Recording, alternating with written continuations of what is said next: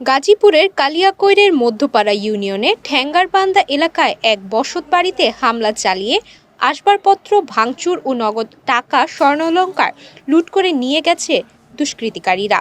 ভুক্তভোগীরা জানায়, ৭ মার্চ শনিবার সকালের দিকে উপজেলা ঠেঙ্গারবান্ধা এলাকায় জাহাঙ্গীর সহ ৮ থেকে ১০ জন যুবক দেশীয় অস্ত্রশস্ত্র সজ্জিত হয়ে শফিকুল নামে এক মৎস্য ব্যবসায়ীর বাড়িতে হামলা চালায়।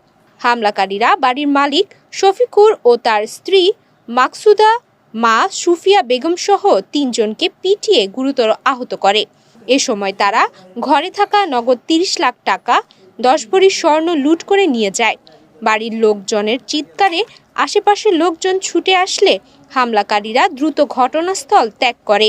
স্থানীয়রা আহতদের উদ্ধার করে গাজীপুর শহীদ তাজউদ্দিন আহমেদ মেডিকেল কলেজ হাসপাতালে ভর্তি করেন।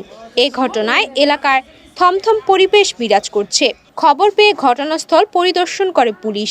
কালিয়াকৈর থানার ওসি খন্দকার নাসির উদ্দিন জানান, বিষয়টি তদন্ত করে দোষীদের বিরুদ্ধে আইনগত ব্যবস্থা নেওয়া হবে।